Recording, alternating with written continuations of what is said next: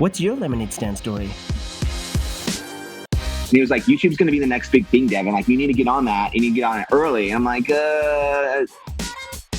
And all of us, we all go through our own trials, our own level of stuff. Sure hope this works out. Otherwise, this will be a huge waste of time.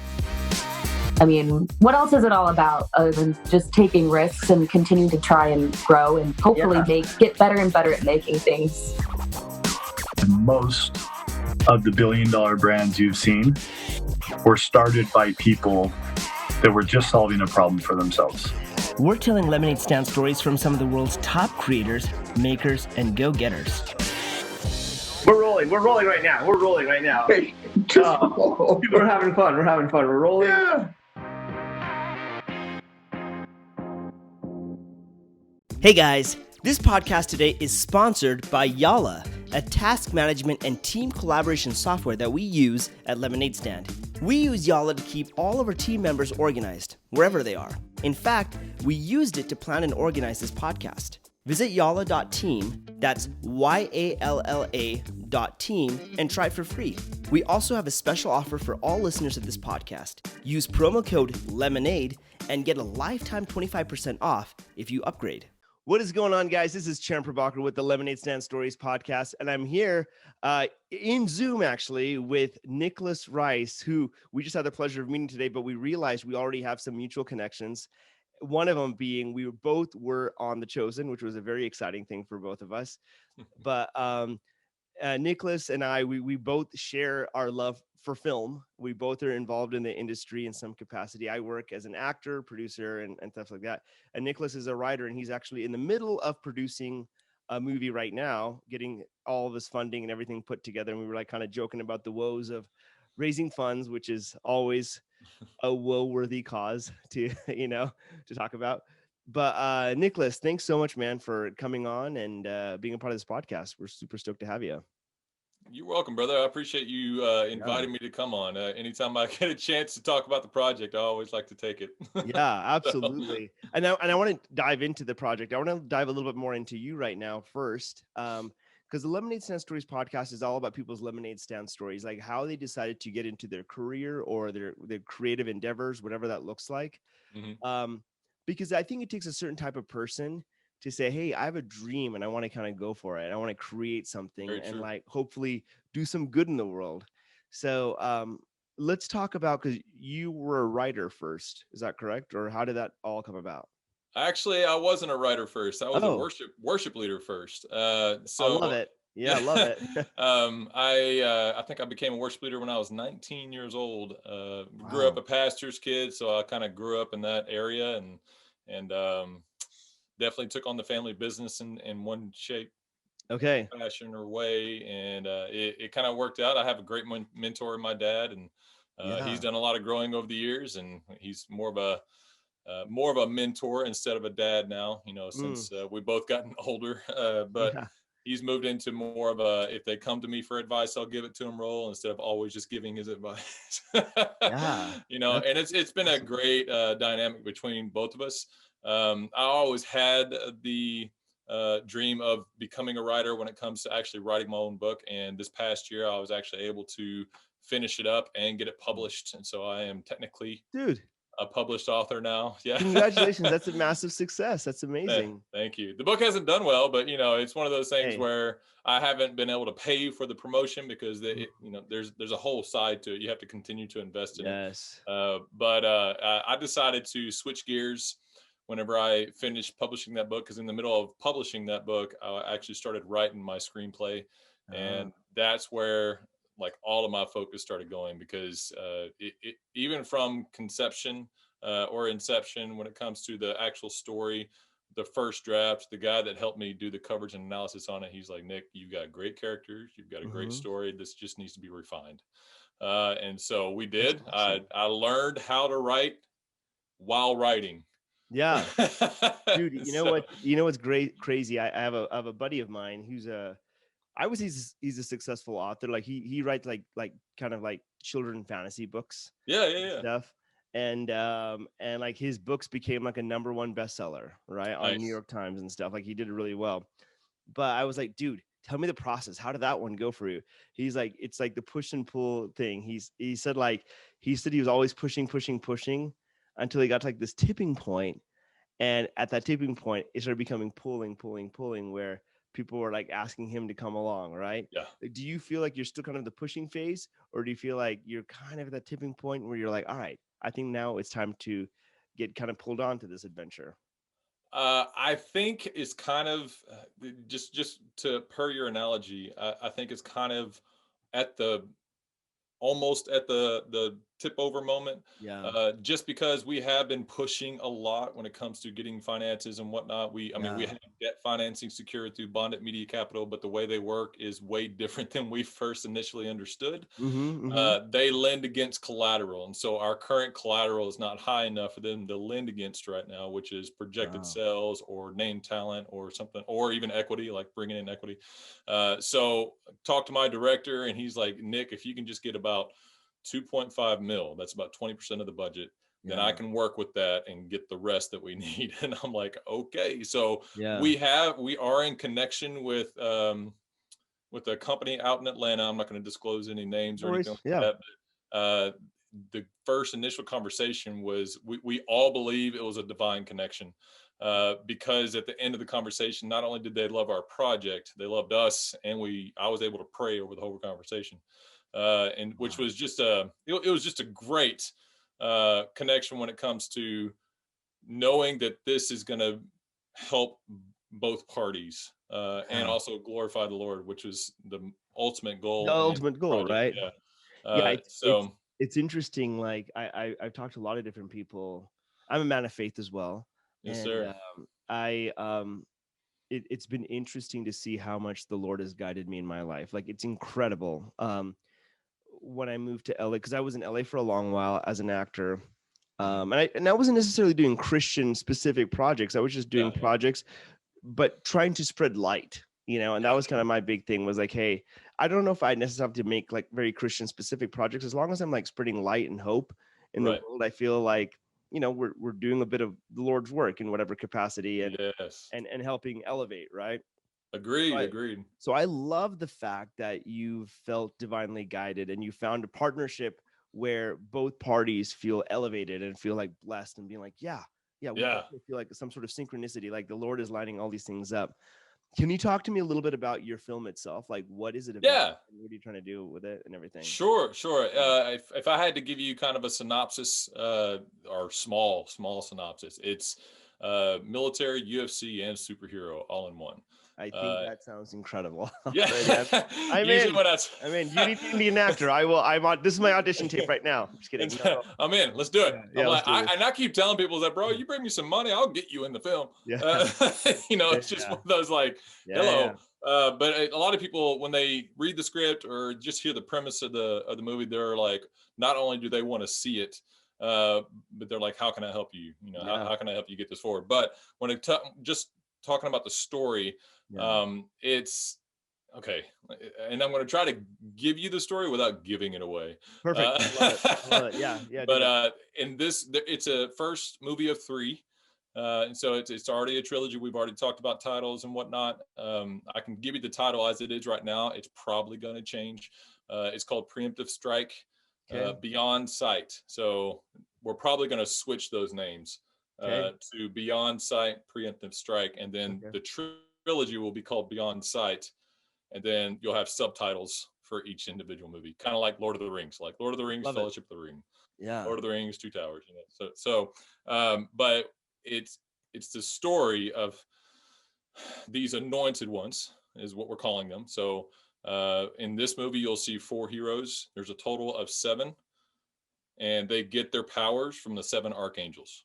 Oh, interesting. Okay. Yeah. And so at the very end of the movie will be the big reveal of like where their powers come from. So everybody's kind of wondering throughout the movie, like, what the heck? How does he have this this kind of ability or whatever? These people have these kind of abilities. And then the second movie will actually be a full angelic movie based in the heavenly realms and the cosmos. And it's not technically a sequel. It's more of like happening at the same time. Okay. So you get to see the flop side of it. So it starts out in heaven with Michael and Gabriel kind of going through some training. Michael's more of the warrior and the defender from what we read in the studies that we do. Gabriel's more of the steward, the messenger type of thing. And so Michael's actually taking Gabriel through some war tactic training. And so the movie just starts out with this epic battle between two archangels. And we wrote these archangels to be big and terrifying and beautiful all at the same time. So 9 feet tall with 40-foot wingspans. And so, the only thing they say in the Bible whenever you encounter an archangel is they're massive. They were terrified. Yes. And so we have a lot of creative liberty, if you know what I mean. So for sure. We're going to kind of take the Ninja Turtle route and make them all very skilled, obviously, but also all very individual. And different in what they do and how they anoint their heroes. So Michael is the warrior and defender. So the character Michael in the first movie, the one who receives his power, will be just that. Like, he's a leader of a SEAL team. He gets set up. He then tries to figure out who set him up to kill his whole SEAL team, and then find out. Yeah. So Michael is the best friend to the lead character, Gabe. Gabe is also obviously short for Gabriel, and his anointed archangel is Gabriel. We did write it for Gabriel, the archangel, to be the leader of the seven, or at least for this task, he is anointed as leader. And there's a whole scene in heaven whenever, the seven archangels walk in a V formation to the throne room in the second movie. And what you see is you see their wings expand.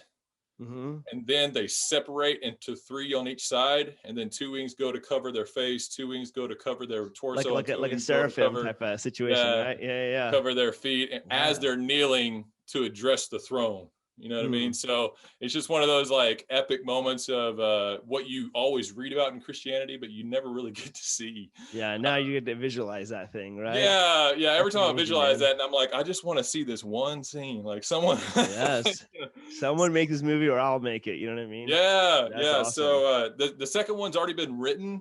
It's still currently going through coverage and analysis, and it's probably, I think, on its 4th rewrite. A script probably will go through about 20 to 24 rewrites before it's in a place. Where you're like, okay, this is good. Right. Now, is this your first feature? Like, are these your first films that you've ever done? Well, first one that I've written. I mean, I've been a part of some features. I am an actor, and the whole purpose of me writing this film for myself's sake is to boost my own career as an actor. And so I wrote one of the lead characters for me. No, it's amazing. I mean, here's the thing. Like, sometimes I feel like you kind of have to do that, right? Like, when I was in LA and I was doing these, I had opportunities to work on like some really cool TV shows. But I always felt like, hey, I want to create something with my own voice, sharing the light that I feel like God gave me, to share. And that was the reason for my even coming back and like producing my own stuff, right? I feel very empowered by doing that. So I want to kind of like change topics a little bit, but not by much. Go ahead. I want to ask you, like, what drew you to creating a story like this? Coming from being like a worship leader to doing this, like, what was it that's like that kind of spoke to your heart that said, hey, this is what I really want to do, and this is what's in me that needs to be shared? I can tell you how the whole premise of this. I'd love to know. When it comes to this story, it was 2 years ago when I had the idea, and I had the idea for this specific type of superhero, and then I had a dream about it. No way. Okay. And in the dream, I had a dream about one of the scenes that we wrote. Okay. And then we basically used that scene and built the story around that. Honestly, it sometimes even feels like not just is it writing itself, but it's almost like it already kind of happened in a way. And like you're like recreating what you have seen and witnessed. Right. That sounds kind of bizarre, but keep going.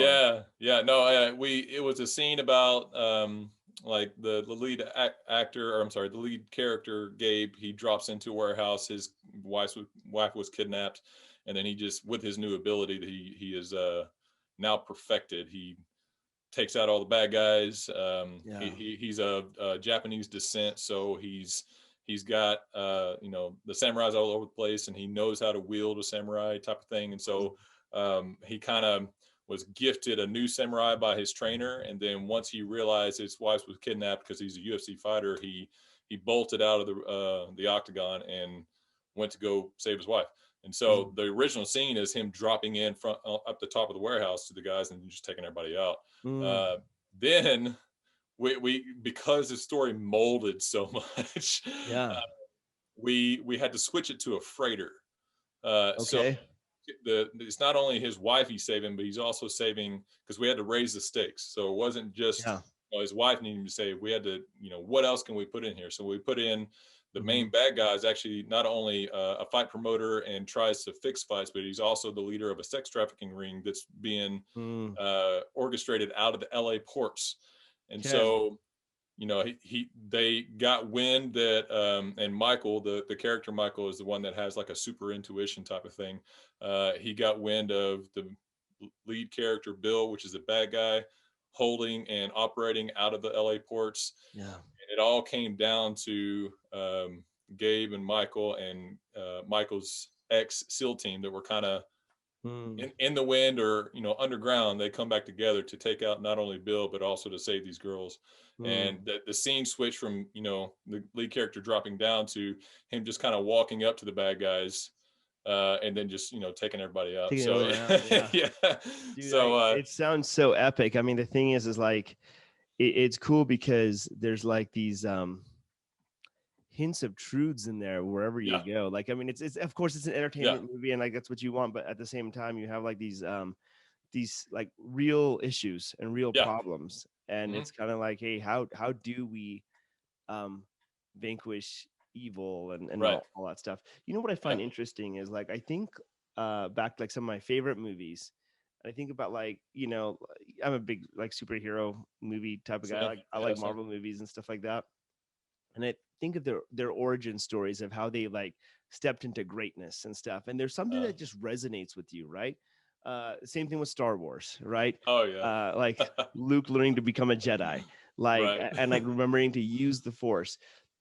To me, I feel like all those filmmakers had levels of inspiration, like massive levels of inspiration, whether they were Christian or not. They had like these levels of inspiration. The light of God was like shining on them and saying like, these things are true. And by like sharing these type of messages over and over and over, you can kind of help people awaken within themselves to discover who they really are and what their role is in their walk with God to help be the best that they can be. Right. Well, it's amazing that people write Christian undertones in their movies all the time and they don't even know it. I know. Like Frozen is a great example. Yes. A lot of people don't see that, but I'm like, watch it and put those Christian undertones of sacrifice and everything and love in it. It'll change your heart about if you love Frozen or not. Another great example is, have you seen The Underworld? Oh, with Kate Beckinsale, those movies. Yeah. I think I've seen glimpses. I haven't seen the whole thing. Are they pretty? Well, I mean, they're epic. I'm a big fan of vampire werewolf stories. The reason why I like this one so much is that they didn't write it as like a spiritual thing. It wasn't like a demon, kind of vampire. It was more of a viral infection, and it changes you, because the first guy that was an immortal, he got the bubonic plague, and instead of being sick, his body molded it. Interesting. And he became immortal, and then he had sons, and his sons were bitten by bat and wolf, and made these two clans. And so you really don't see the undertones until you see the prequel when it tells the story of the uprising of the Lycans and everything. But there were two scenes, man. One scene, the leader of the Lycans was strapped up and he was just being whipped. And because they're immortal, they can take a lot more than a human can. And at the end of the scene, you just see his back just tore to shreds because it wasn't just a whip. It was a whip with silver. Sorry, it's a hard word to say. Silver stakes at the end of it. Wow. Okay. Just whipping him left and right with and there are a certain amount of numbers that, of course, a werewolf can take. But and then at the very end, you hear the lead character say, "It is finished." And I'm like, "What the crap? Why did I not notice?" Oh my gosh! All these little undertones, and I'm like, yeah, so, that's amazing. That's crazy. It's interesting. I've got a you mentioned Lord of the Rings just a little bit earlier. Lord of the Rings is like my favorite. Oh, dude, series. I watch it once a year. Dude, I do too. Yeah. I do too. In fact, it's funny. I don't know how you watch it, but I watch all 3 extended versions in a row every Christmas Eve. That's like our family tradition, you know. That's what I'm gonna start doing. Right you now, got it's to, just dude. like I'll watch it. Yeah, You've got to. Like we watch it all in a row every Christmas Eve. We start around like 4 or 5 p.m. and we end up like at 4 or 5 a.m. It's amazing. It's like it's been a tradition since like 2004. It's crazy.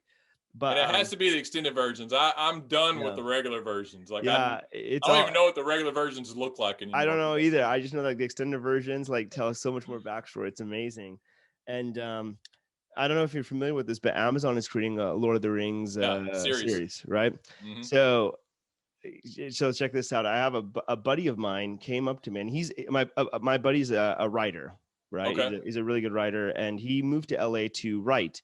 And so he and his partner were like, like men of God, like just writing, like doing like good things and stuff. And they got rejected, but then they would get accepted. They got rejected, accepted, like the story that everyone has, right? Exactly. But he kept going and going and going, and like through incredible means, like just I would say the hand of God, like they would go into like they ended up working at Paramount. They ended up working with J.J. Abrams, like all these crazy things, right? Well, yeah, baby. Ultimately, he's like, dude, Sharon, I've got some pretty cool stories, pretty cool news to tell you. I'm like, okay. So I go over to his house and he's telling me, he's like, dude, I'm the new showrunner for Lord of the Rings. No way. Yeah. So he's creating that series right now. So dude, I know. I want to be on. I know. I know. He was so insane. So I actually went to New Zealand, like in 2019, end of 2019. And I stayed with him, and like he like took me to set and stuff. I mean, at the time they weren't filming yet. It was still pre-production, but still it was very cool. And I mean, New Zealand, it was amazing. But what's interesting is like every production, of course, has its challenges and stuff like that. And no matter how much money you have, you're faced with all kinds of different challenges and problems and stuff. Mm-hmm. So I kind of want to like talk a little bit about that, because making a movie is not easy. No, it's not. I've been in this business for a little bit to know, like, especially when you're making your own movie, there's like challenges and pitfalls and stuff. So as you've been kind of creating this world of yours, what are some of the challenges you've personally faced?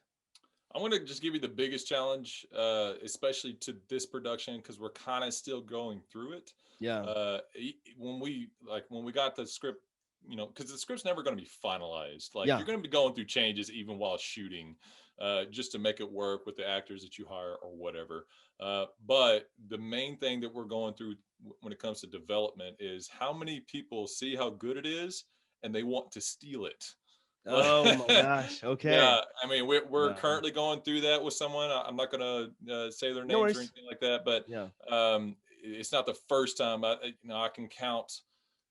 I want to say, and this is so important to know that, like, when you create a team, like just a producer team, you've got to create a team that is for you. And if it's a faith-based aspect movie, then you've got to make sure that they believe the same as you believe. And if they don't, they won't see the potential. And that's something that I've been learning, because so many people that I've gone after, even an investor at the very beginning, he was very highly interested in funding the whole project at 15 million plus. He read the script, loved the story. He saw it more of a TV show than he did a movie, which that's fine. If we go that route, we go that route. That's fine. I mean, if it's a Netflix original, I'm like, yeah, give me the money. Yeah, why not? Let's do it. Yeah, makes sense. But I firmly believe that it'll be a blockbuster hit, and that's the thing that everybody else sees as well. Like when you get a yes from and I'm not going to say the director's name, but it was an A-list director. King of Action, and he's actually friends with one of the cast that we've already cast. That's the only reason he read it. And so, but he did read it, and his exact words were, "I like this script. I wish you guys would have came to me sooner." No, and we've just been like taking that compliment and running with it. It's a great compliment to have, yeah. But other people see it too, like not just this A-list director. Like this investor, he saw it, he wanted to fund it, but the one thing that he wanted, which is what I was always advised to never give, was the full rights to the film. Oh yeah. Yeah. And so you want to hold on to that, Yeah. And that's what we keep running into. I just got through communicating with a guy on the East Coast, and he has his own studios, and it all sounded really great. And we kind of jumped in bed a little too soon. Sorry, pardon the analogy. Yeah. I get it. Yeah, he seemed like he was bringing a lot of good stuff to the table, and we have him under what we call a finder's agreement. That if he does bring these things to the table, then he does get this compensation and this credit, so forth and so forth. And he was making a lot of awesome moves, but then towards the end of his time, he revealed his true motive, which is he wanted his studio to own full rights to the film, and I would still own story by rights, but that's like pennies. And so it was just one of those things where, like, gosh, we thought we were making some good moves, and then he finally reveals his hand, and we're like, okay. So that it's just it's encouraging because they know we have something. People like it. And so, like, my director, his name is Brent Ryan Green, great guy. He was a second unit director on Reagan. He directed his own film and produced his own film called The Veil. He's worked with the top stunt guy in the industry called James Young. James is the stunt guy for all the Marvel movies. Yeah. And he even said we could probably entice him to come on board, but we'd have to give him, second unit director to give him DGA status and all this other stuff. And I'm like, I'll do whatever. I want to make it Marvel quality. But when my director read the script, his exact first response was, Nick, I loved your script. I couldn't put it down.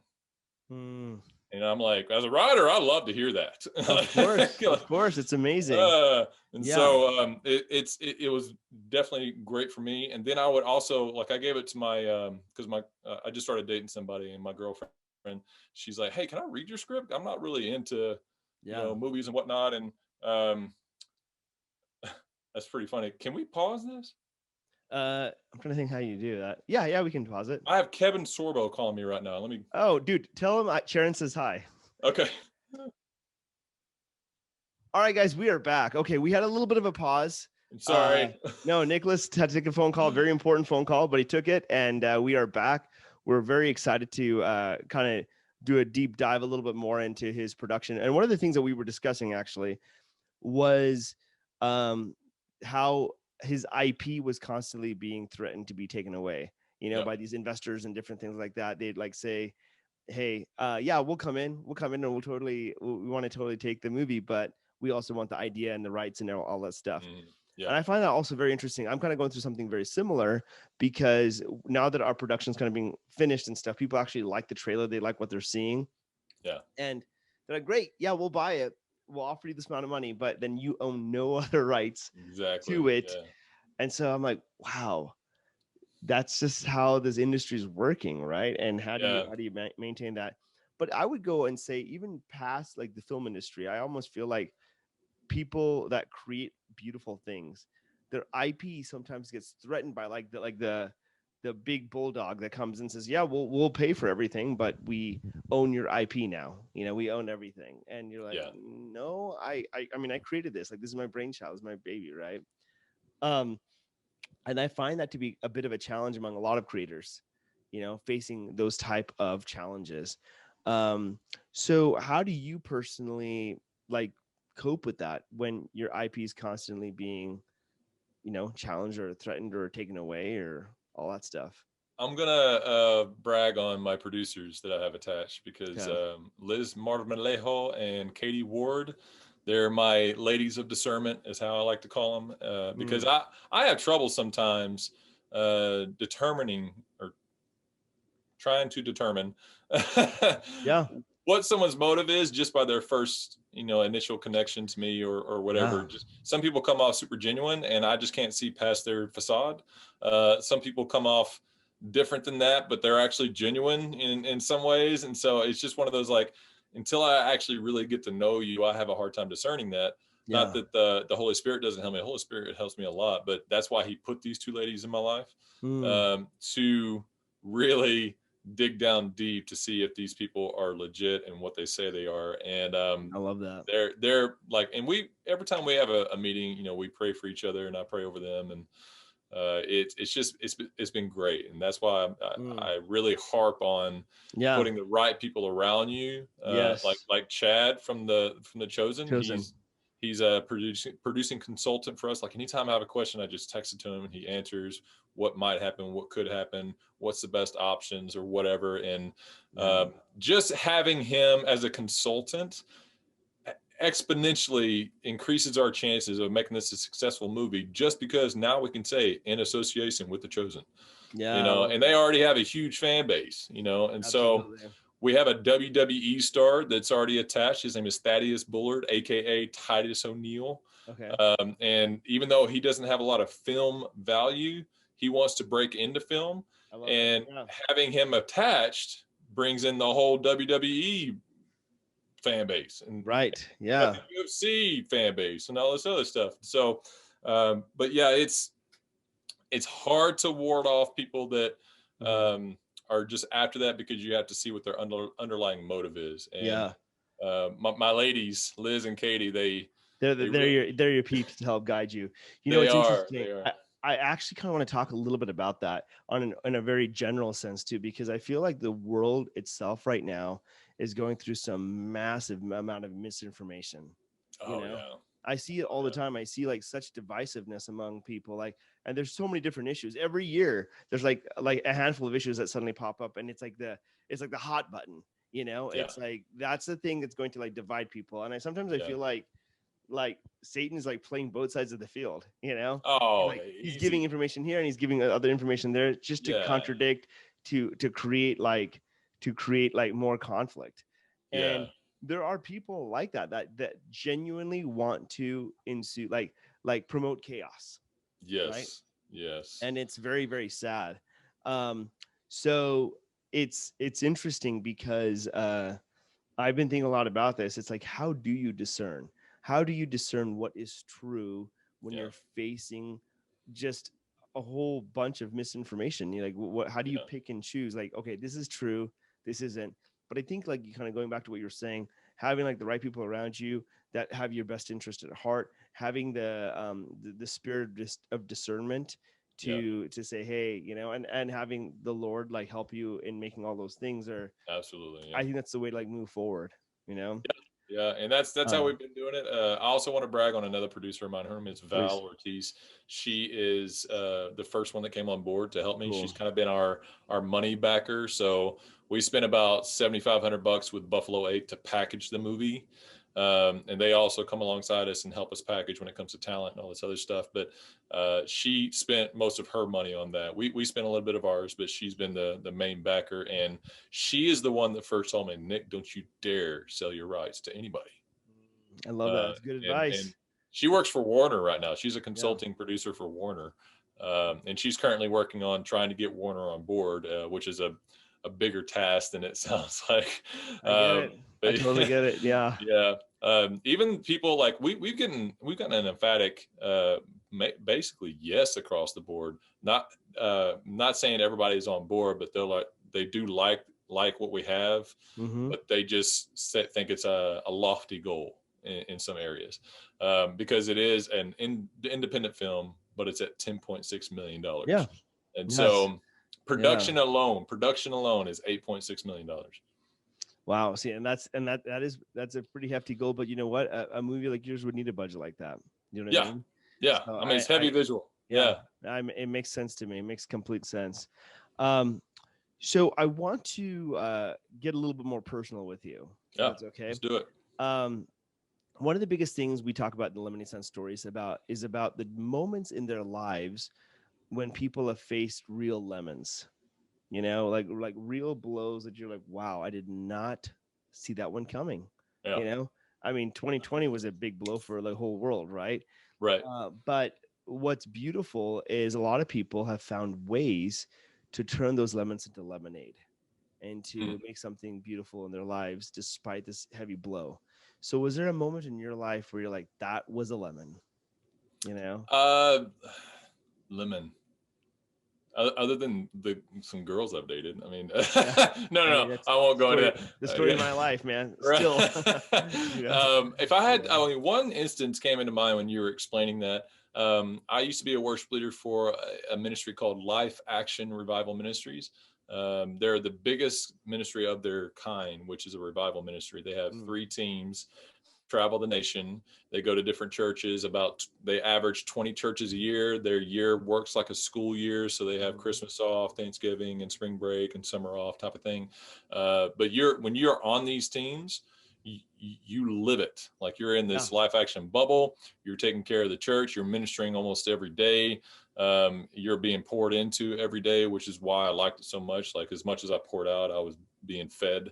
And I mean, I had my ups and downs with that ministry because they have a lot of strict rules. Yeah.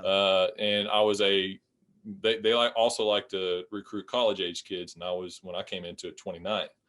And so I was a little bit older, a little bit more experienced. I can handle both the music director and worship leader role when they usually have that split between 2 people. And so I was the main worship leader for 2 different teams for 3 years. So first year I was on red team, second year I was on white team, and third year I was on red team again. And I was wanting to travel a 4th year because they come at you around February, because that's closer to the end of the year. And they say, hey, do you want to return, or are you leaving? That way we can prepare for the next year, whatever. And the 3rd year, I didn't get a chance to make that decision. They came to me and said that I was no longer allowed to travel. They said they said I wasn't in trouble, but they wanted me to go home and get married and finish school. And my initial thought was, well, for one, I'm going to finish school regardless because I'm taking online classes. 2, why is it up to you to dictate when I get married?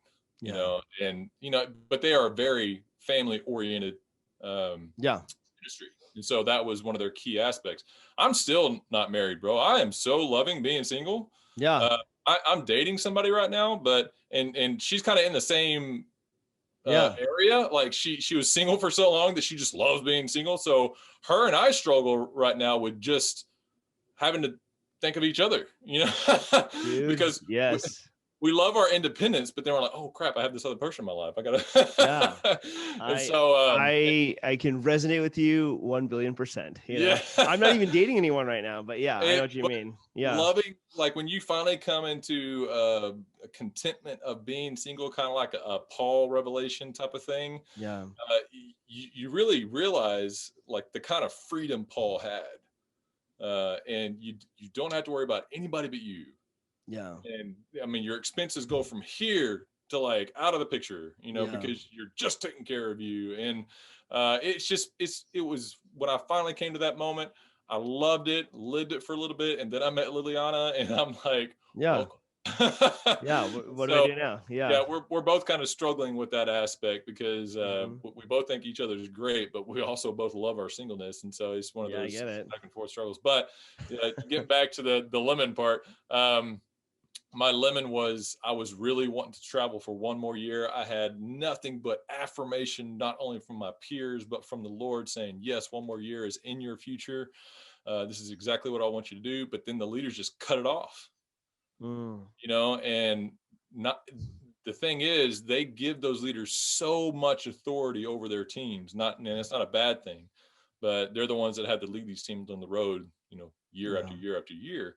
And so they have the authority to say, you're not in trouble, but you can't come back. I'm like, for one, how am I not in trouble? Like, because you're not letting me make a decision that every other team member got to make. And it's hard to explain, because telling the story to people, everybody's like, well, that was unfair. And I'm like, I get it. I still think it was a little unfair, but it wasn't my choice to make. That's the problem. That, to me, that's the real issue, is when your choice is being stripped away from you and you have no choice, you have no say in the fight. Then it becomes a different story altogether. It's about, like, your agency being ripped away. And I feel like agency is a very, very blessed thing. It's a God-given right to the ability to choose. And the moment you are like stripped away from choice, from your own choice, it becomes very difficult. And I mean, it's not like you were doing something that was hurting somebody else or something like that was causing this. It was just like circumstances, right? Your circumstances were just like, well, we had no choice. And that's a tough one. And so I'm glad, like, how did you cope with it? How were you able to like kind of? I struggled, bro, because I had to come off the road. I fought for it for the rest of the year. I came to them and I pleaded with them, saying I believe I was supposed to be here for one more year. I even offered my services all the way through training camp. That way, the people coming in would know how to handle it. And I was hoping that they would have a change of heart by then, but they never did. And so I had to go home and I had to live with my dad for 2 months, which was not okay. Not because he's bad to live with. It was just that him and his wife were having just a lot of marital issues, and having a third person there was not fun to be. Not good. Yeah. So I got out as soon as I could. I went to my family in East Texas and Tyler, Texas. They accepted me with open arms and helped me get back on my feet and everything, got a job. But even through all these getting jobs and working in the real life, you just realize you were doing something so much more important than you. And everything else just seems small, it seems small and seems like I'm not doing anything. And I had to find the joy just in every small way, and that's actually a really powerful lesson to learn, man. Because the thing is like when you feel like your purpose is way beyond self, right? Way beyond self. And then all of a sudden you're limited to, okay, how do I find joy in a present moment where my future is not like living way beyond self? Exactly. How do you find the simplicity and the joy in this? And one of the things that I've learned, like God's kind of been showing me, is that every moment is precious. Because he gave it to us. Everything is a gift that he's given us, moment. Right? And he has taught me ways to like experience him even in like the simplest of moments. Like, look, I work as an actor, right? And I'm still working as an actor. So there are weeks where I'm like last week, for instance, was a perfect week. I was on a shoot all week, and I was the main guy. Like, so I felt this, everything depends on me. Like I've got to deliver, and it was great. This week, I don't have that, and I'm like, okay, how do I find purpose? Right. But the thing I've learned is there's no moment that's like even more like with the Lord, every moment is significant. Every moment. And there's every transaction is precious. Right. And if you just like interacting with like a fast food worker or something, and like just even that significant moment, like I find like with him, he like helps me learn and realize those moments are even more significant than like maybe raising a lot of money for a movie or like being an action star or being this or being that. Because those moments are so much more real, and like every soul is worth an infinite amount in his eyes, and to make someone smile at a very, very simple time is worth just as much as like what we think our dreams might be. You know what I mean? Agreed. Sometimes even more. How do you find joy in your life right now? Well, to continue the story, like after I was living with my dad and living with my family and everything like that, I got these jobs, found the joy, the small joy and everything. And whenever I was leading worship, and I was a youth pastor out in Eldon, Missouri. It happened to be one of the churches that I led worship for while on the team, so they knew me, and they just started a contemporary service. So I knew going in that doing 2 full-time jobs, something was going to suffer. But it was at that moment, like I was there for 7 months and I got completely burned out of every kind of ministry, because they demand so much from you.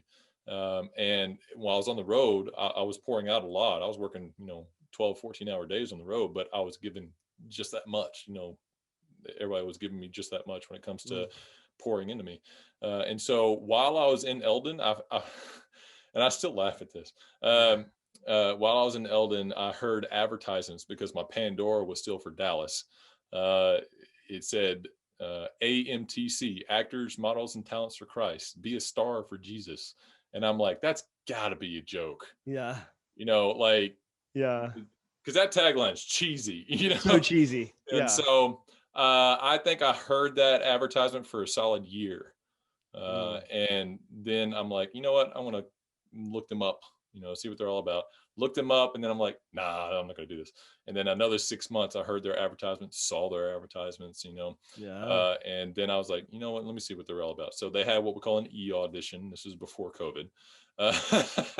So I did an e-audition. I auditioned for singing, modeling, and acting. I got in on all three, and they kind of work like a school. So you're paying them for workshops, and you get to do a showcase in front of their VIPs, which is agents, casting directors, and producers and whatnot. And the funny thing is like on the singing and group singing that I did, everybody, I even got a standing ovation from the crowd when we did a group singing, because they paired me with this young Black girl rapper who just was full of joy and just full of awesomeness. And we did what a beautiful name it is, like that one. We did the bridge, and then she wrote a real rapping thing. Then we went into the chorus, and everyone just like, they were in it, just freaked out, loved it. Yeah, it was just awesome. And so I did that. I have no issue getting up in front of thousands of people and singing, because I've been doing it so long. It's natural now. But now when it comes to the acting and the modeling, modeling was easy. You just walk down, smile.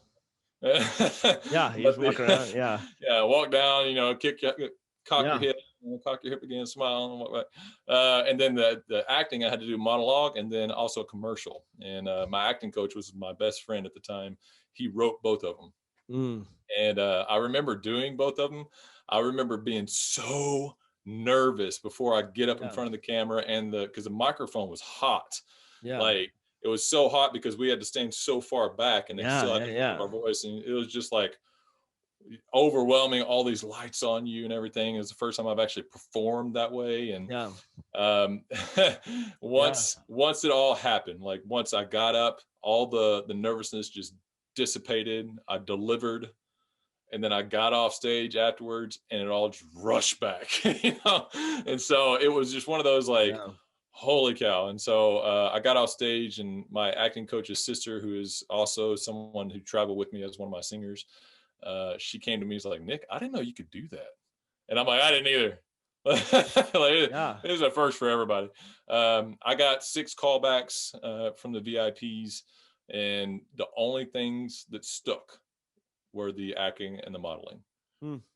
Not saying I was bad at the singing, but everybody on the singing side, like one lady said, oh, I see worship leader all over you. And I'm like, because I've been doing it for 16 years. I am. That's who I am. And then the other guy was like, oh, I think he needs a little bit more development. And I'm like, are you kidding me, bro? Like, it's not that I know I'm not going to be, developing or anything like that. It's not that I don't know that. I know I will be developing every aspect of my life until I die. But it's just one of those, like, I put 16 years in, and you can't see that. Compared to, like, I get it. Maybe he didn't know. I that's just my own frustration I'm expressing right now. But no, you're good. You're good. Yeah.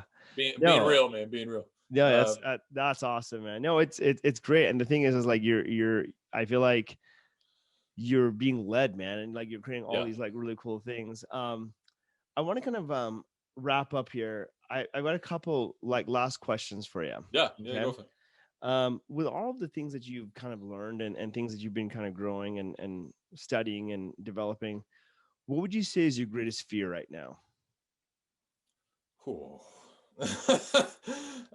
Fear that I constantly struggle with is that I will stop putting my best effort forward. And not putting my full 100% into this project, and the only reason it tanks is because of that. Because you didn't give it your all. You didn't jump in with both feet. Like I look back to whenever I was trying to stay on the road, and the effort I put forward to telling the leaders that I believe I'm supposed to be here and all this other stuff, and how that didn't pan out. Like I did that comparison in my head this morning, and the Lord reassured me. He's like, Nick, no one was backing you then. Like, even your best friend wouldn't get behind you. Not because he didn't believe in you, but because he believed that's not something he should do. This is different. Everyone's behind you. Everyone is rooting for you. If they can help you, they help you. Like, this is different. And I'm like, okay. Yeah. Okay. Yeah. So that's what you got to do sometimes, right? Like you got to like just believe, and you got to like go and just trust, like, hey, look, there are people behind me, and that it's not just an army of one, like it's an army of many that like can support Exactly. you, so Exactly. Yeah. So the last question I have for you is if you look back on your life with all the things you've learned, being the worship leader, and then like having those experiences you did, what advice would you give that 19-year-old self? Invest in Bitcoin. No, I'm just kidding. Yeah, I know it. Or Amazon, whatever. Yeah. When it comes to career advice, I mean, I look back to think exactly my path in high school and where it brought me and all this other stuff. And, I'm a big football fan. I'm a big Oklahoma football fan. Okay. I had aspirations and dreams as a teenager because I didn't play high school football, but I was going to walk on to the OU football team. Yeah. Granted, this was right after they won a national title. Of course. And so like I had all kinds of aspirations. And then when I realized that I'm a 140 pound, 6'4" guy that doesn't have body weight on him, that just wasn't going to fly. So I switched my aspirations to walking onto the basketball team because that was a little bit more likely. I never followed through with either. Now I firmly believe that whenever I was trying to follow through, God said, go this direction instead. And I did that, which was worship leading and singing and everything. And he blessed that journey. But I think I would like to have, like, because I love what I'm doing so much right now, I wish I would have had that drive to do this back then. And I didn't because of my upbringing. I didn't upbringing. Why do I have that? Because of my upbringing. Don't worry. I got you. Yeah. Because of my upbringing, I was very against the arts and didn't really see the potential that it could be, not only just for me, but also to further the kingdom. And now that I do, like, I firmly believe that everything happens perfectly in God's timing, and my life did that, exactly that. But man, how cool would it be if I would have started my acting career at 15? Sure. No, I get that. Yeah. I think about that all the time because I started my acting career at 34, and I've accomplished a lot in 4 years. And people tell me that all the time. It's like, Nick, you sound like a Hollywood executive. And I'm like, I'm just learning as I go. It's kind of, have you ever seen October Sky? Yeah, of course. Yeah. All right. So his character, he wanted to learn rocket science so bad that he had to learn complex math just to recover one of his rockets. And when he brought it to his mathematician, the mathematician's just looking at it, like, this is high complex. How did you do this? Yeah. and that's what people are coming to me for. They're like, how are you doing this, Nick? Like, it sounds like you've been in the industry for 20 years. And I'm like, bro, this is what I want to do when it comes to getting this project off the ground. And I'm going to do it. If I have to learn it, I'm going to learn it. Yeah. And it's just, like, your brain is so, like, the way God created your brain is so much easier to receive information if you love it. Oh, 100%. 100%. Like, that's like, I think that's why he helps us, like, find things that we love. Yeah. When we find things that we love, we will excel. Like, we will put all our energy and effort and everything. Dude, I love it. And I was just going to say to you, I think, like, on your journey, on your path of producing this movie, I'm so stoked for you. Like, I think this is such a great journey you're on. And that the Lord is going to continue to guide you, and everything happens in his timing, right? Yeah. Like, so even when you're saying, like, hey, I wish I started younger, maybe there was a reason why you didn't. Maybe he needed you at a certain place, being the worship leader that you were, because you were touching so many people's lives. And you're okay, great. That phase of your life has happened, and it's exactly what I need you to be. And now we're here, having you here, doing what you're doing, which I think is awesome. So, can I give an example to that? Please do. When I was starting my acting career, one of the guys that I traveled with, his name is Aaron Napper. Okay. He was my sound guy my first year. And he's the kind of guy that he doesn't talk a lot, but when he does, you shut up and listen. Yeah. And he never forces anything on you. He just has a lot of wisdom coming out of him. And so I was struggling whenever I was about to sign with my first agent. I was struggling with the fact that I might have to play a villain. Yeah. And I was like, who's the worst villain out there? And if you know the story behind the Joker, you realize how they wrote him is just all kinds of evil. And so I actually don't know the story, but yeah. We can talk later. We'll talk later. So I was thinking, would I be able to play the story or the character of Joker? And I was talking to Aaron about this, and he just kind of paused. And then he said, Nick, I think because of your walk with Christ, you'll be able to do it easier than most people. And I'm like, I never thought about that, you know, and it's been completely true since then. Play bad guys, play good guys. It's a separation of character and self. Yeah. And like the first time I was in acting class and I had to deliver all these F-bombs, I'm not a cusser, but I had to come to a realization that this is a scene. This is a character I'm playing for this scene. There are some things I wouldn't say. Like I think they put the word Jesus in front of the F-bomb, and I'm like, no, I'm not saying that. That's unnecessary. And so I did, or I didn't say it. I did not say it.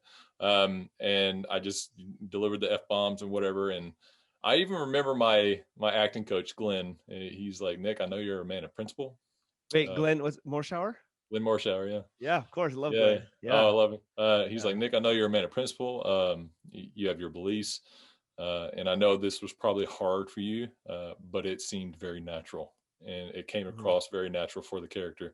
I thought that was the greatest compliment in the world, you know. It's interesting, dude. It's very interesting. I'm very similar in that sense. I'm not a cusser either. Yeah. But I was on a show called Silicon Valley. It's an HBO show. Yeah. And in my scene, I had to drop a lot of F-bombs. Yeah. You know, I had it was like true to the character. And it was one of those things where I had like a little bit of a moral dilemma before I went in doing it. Yeah. But when I prayed and everything, I felt that same thing. It's like, this isn't who I am. No. This is the character. This is a different scene. Yeah. And so I was able to do it. And I was able to do it in a natural way. Like, in fact, my brother watched it and he's like, man, I thought, like, watching that, I was like, I thought that's just how you would normally talk all the time, except I know you, you know? Right. So it was a very interesting, it was a very cool compliment too. So yeah, I love that. And I love that Glenn's your teacher. He's a good guy. He's in the movie. He's the main bad guy. He is? Okay, great. Yeah. He's our main antagonist. So well, listen. Oh, and Kevin Sorbo is his bodyguard. Kevin and Glenn are great human beings. So they are. That's awesome. Well, listen, I really appreciate you taking the time. It's super great to get to know you, and I'm so glad that you're connecting with Chad. I'm gonna lead you astray. He'll help you out. Yeah, absolutely. But thank you so much again for your time. And as more things are developing, let us know, and we'll hopefully help promote it out for you. You know? Sounds good, brother. I really appreciate you letting me come on board. Absolutely. Thanks again. Have a good one. Thanks so much for listening to the Lemonade Stand podcast, and we hope you enjoyed this episode. Be sure to subscribe to the podcast on whatever platform you use to be alerted when we release new episodes. We'd also love to hear your feedback in the reviews, and if you or someone you know has an awesome Lemonade Stand story, please reach out to us on social media and let us know. Thanks so much, and have a great day.